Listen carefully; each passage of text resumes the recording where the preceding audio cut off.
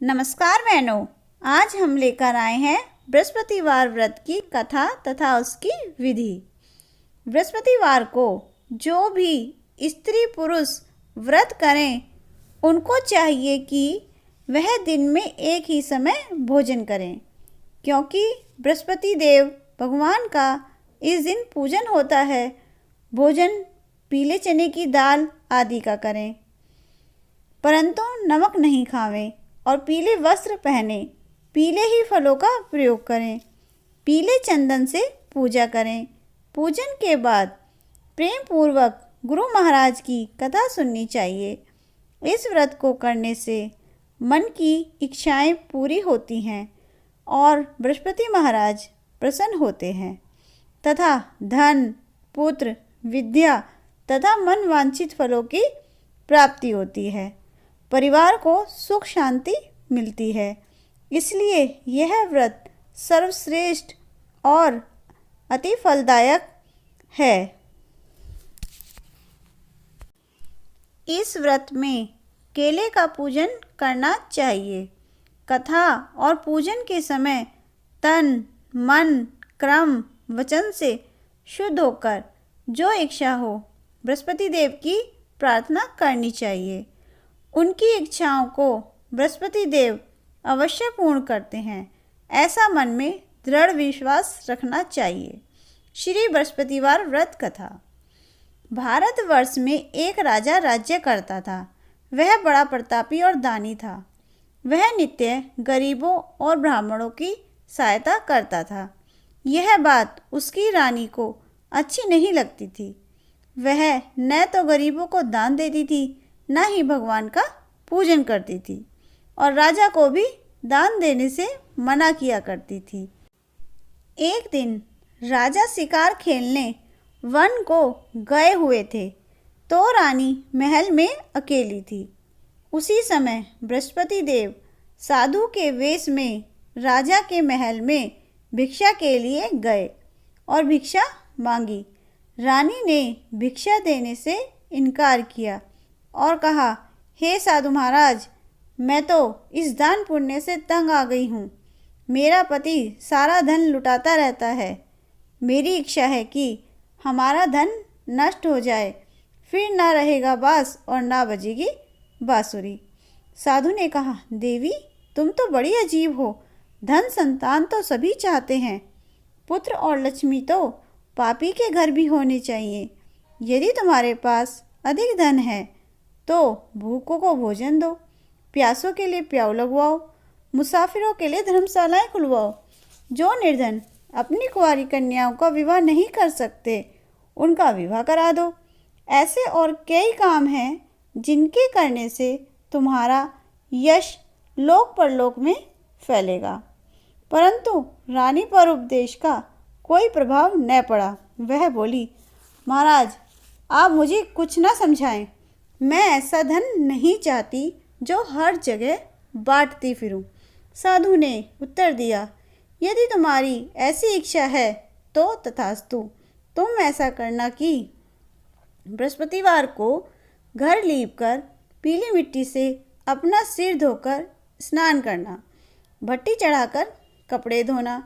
ऐसा करने से आपका सारा धन नष्ट हो जाएगा। इतना कहकर वह साधु महाराज वहाँ से आलोप हो गया। जैसे वह साधु कहकर गया था, रानी ने वैसा ही किया। 6 बृहस्पतिवार ही बीते थे कि उसका समस्त धन नष्ट हो गया और भोजन के लिए दोनों तरसने लगे। सांसारिक भोगों से दुखी रहने लगे।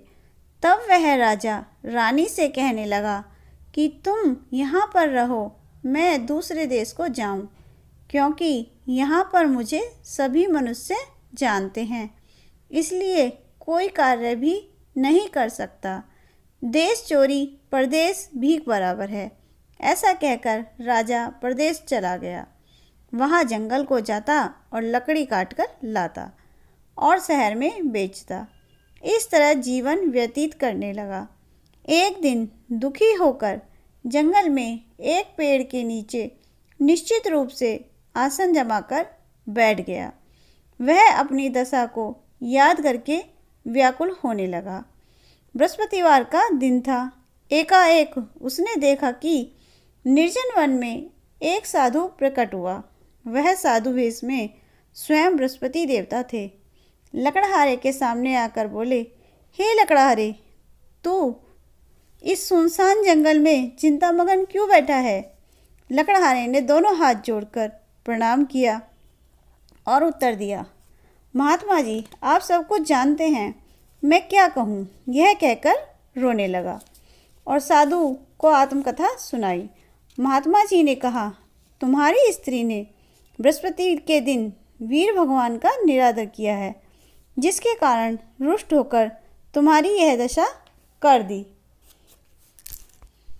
अब तुम चिंता को दूर करके मेरे कहने पर चलो तो तुम्हारे सभी कष्ट दूर हो जाएंगे और भगवान पहले से भी अधिक संपत्ति देंगे। तुम बृहस्पतिवार के दिन पाठ किया करो। 2 पैसे के चने मुनक्का मंगवाकर उसका प्रसाद बनाओ और शुद्ध जल से लोटे में शक्कर मिलाकर अमृत तैयार करो। कथा के पश्चात अपने सारे परिवार और सुनने वाले प्रेमियों में अमृत व प्रसाद बांटकर आप भी ग्रहण किया करो। ऐसा करने से भगवान तुम्हारी सभी मनोकामनाएं पूरी करेंगे। साधु के ऐसे वचन सुनकर लकड़हारा बोला, हे प्रभु, मुझे लकड़ी बेचकर इतना पैसा नहीं मिलता जिससे भोजन करने के उपरांत कुछ बचा सकूं। मैंने रात्रि में अपनी स्त्री को व्याकुल देखा है। मेरे पास कुछ भी नहीं है जिससे उसकी खबर मंगा सकूं। साधु ने कहा, हे लकड़हारे, तुम किसी बात की चिंता मत करो। बृहस्पति के दिन तुम रोजाना की तरह लकड़ियां लेकर शहर को जाओ। तुमको रोज से दुगना धन प्राप्त होगा, जिससे तुम भली भांति भोजन कर लोगे तथा बृहस्पति देव की पूजा का सामान भी आ जाएगा। इतना कहकर साधु अंतर्ध्यान हो गए। धीरे धीरे समय व्यतीत होने पर फिर वही बृहस्पतिवार का दिन आया। लकड़हारा जंगल में लकड़ी काटकर किसी भी शहर में बेचने गया। उसे उस दिन और दिन से अधिक पैसा मिला। राजा ने चना, गुड़ आदि लाकर गुरुवार का व्रत किया।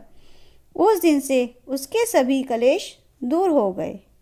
परंतु जब दोबारा गुरुवार का दिन आया तो बृहस्पतिवार का व्रत करना भूल गया। इस कारण बृहस्पति भगवान नाराज हो गए। उस दिन से उस नगर के राजा ने विशाल यज्ञ का आयोजन किया तथा शहर में यह घोषणा करा दी कि कोई भी मनुष्य अपने घर में भोजन ना बनावे, न आग जलावे। समस्त जनता मेरे यहाँ भोजन करने आवे। इस आज्ञा को जो न मानेगा उसके लिए फांसी की सजा दी जाएगी। इस तरह की घोषणा संपूर्ण नगर में करवा दी गई।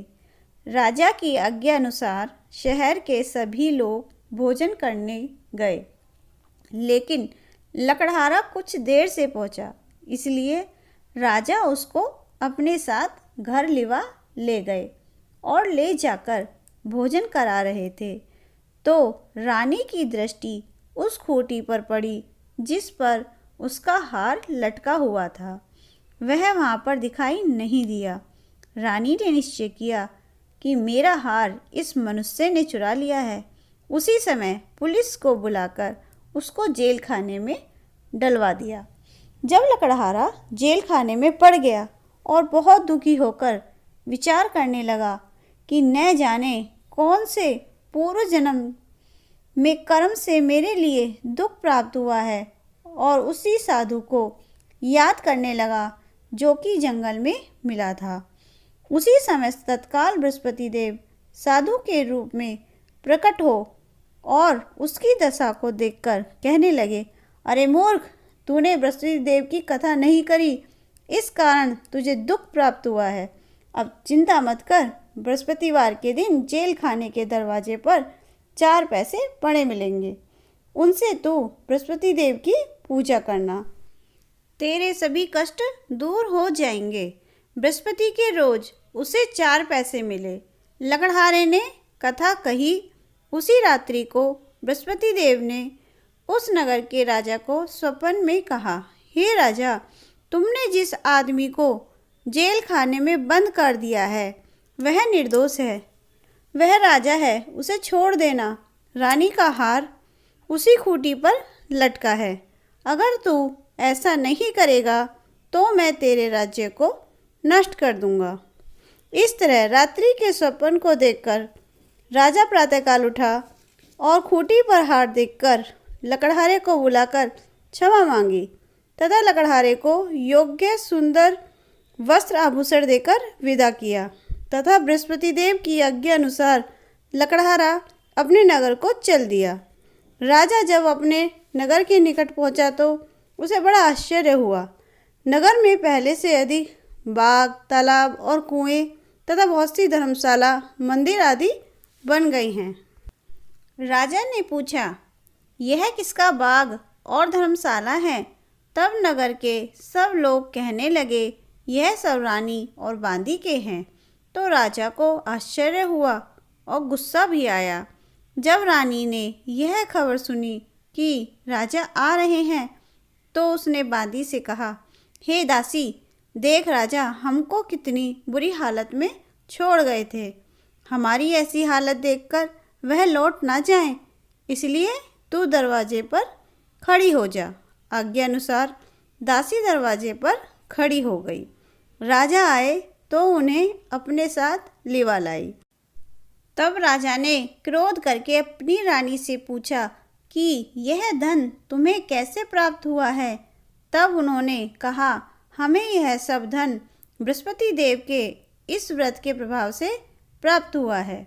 राजा ने निश्चय किया कि 7 रोज बाद तो सभी बृहस्पति देव का पूजन करते हैं, परंतु मैं रोजाना दिन में 3 बार कहानी कहा करूँगा तथा रोज व्रत किया करूँगा। अब हर समय राजा के दुपट्टे में चने की दाल बंधी रहती तथा दिन में 3 बार कहानी कहता। एक रोज राजा ने विचार किया कि चलो अपनी बहन के यहाँ हो आवे। इस तरह निश्चय कर राजा घोड़े पर सवार हो अपनी बहन के यहाँ को चलने लगा। मार्ग में उसने देखा कि कुछ आदमी एक मुर्दे को लिए जा रहे हैं। उन्हें रोककर राजा कहने लगा, अरे भाइयों, मेरी बृहस्पति देव की कहानी सुन लो। वे बोले, लो हमारा तो आदमी मर गया है, इसको अपनी कथा की पड़ी है। परंतु कुछ आदमी बोले, अच्छा कहो, हम तुम्हारी कथा भी सुनेंगे। राजा ने दान निकाली और जब कथा आदि हुई तो मुर्दा हिलने लग गया और जब कथा समाप्त हो गई तो वह राम राम करके खड़ा हो गया। आगे मार्ग में उसे एक किसान खेत में हल चलाता मिला। राजा ने उसे देखा और उससे बोला, अरे भैया, तुम मेरी बृहस्पतिवार की कथा सुन लो। किसान बोला, जब तक मैं तेरी कथा सुनूंगा तब तक 4 हरैया खेत जोत लूँगा। जा अपनी कथा किसी और को सुनाना। इस तरह राजा आगे चलने लगा। राजा के हटते ही बैल पछाड़ खाकर गिर गए तथा उसके पेट में बड़ी जोर का दर्द होने लगा। उस समय उसकी माँ रोटी लेकर आई। उसने जब यह देखा तो अपने पुत्र से सब हाल पूछा और बेटे ने सभी हाल कह दिया। तो बुढ़िया दौड़ी दौड़ी उस घुड़सवार के पास गई और उससे बोली कि मैं तेरी कथा सुनूंगी, तू अपनी कथा मेरे खेत पर चलकर ही कहना। राजा ने बुढ़िया के खेत पर जाकर कथा कही, जिसके सुनते ही वह बैल उठ खड़े हुए तथा किसान के पेट का दर्द बंद हो गया। राजा अपनी बहन के घर पहुंचा। बहन ने भाई की खूब मेहमानी की। दूसरे रोज प्रातःकाल राजा जगा तो वह देखने लगा कि सब लोग भोजन कर रहे हैं। राजा ने अपनी बहन से कहा कि ऐसा कोई मनुष्य है जिसने भोजन नहीं किया हो, मेरी बृहस्पतिवार की कथा सुन ले। बहन बोली, हे भैया, यह देश ऐसा ही है, पहले यहाँ भोजन करते हैं, बाद में अन्य काम करते हैं। अगर कोई पड़ोस में हो तो देख आऊं। वह ऐसा कहकर देखने चली गई, परंतु उसे कोई ऐसा व्यक्ति नहीं मिला जिसने भोजन ना किया हो। अतः वह एक कुम्हार के घर गई जिसका लड़का बीमार था। उसे मालूम हुआ कि उनके यहाँ 3 रोज से किसी ने भोजन नहीं किया है। रानी ने अपने भाई की कथा सुनने के लिए कुम्हार से कहा। वह तैयार हो गया। राजा ने जाकर बृहस्पतिवार की कथा कही, जिसको सुनकर उसका लड़का ठीक हो गया। अब तो राजा की प्रशंसा होने लगी।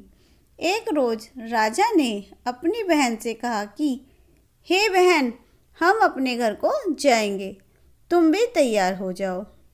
राजा की बहन ने अपनी सास से कहा। सास ने कहा, हाँ चली जा, परंतु अपने लड़कों को मत ले जाना, क्योंकि तेरे भाई के कोई औलाद नहीं है।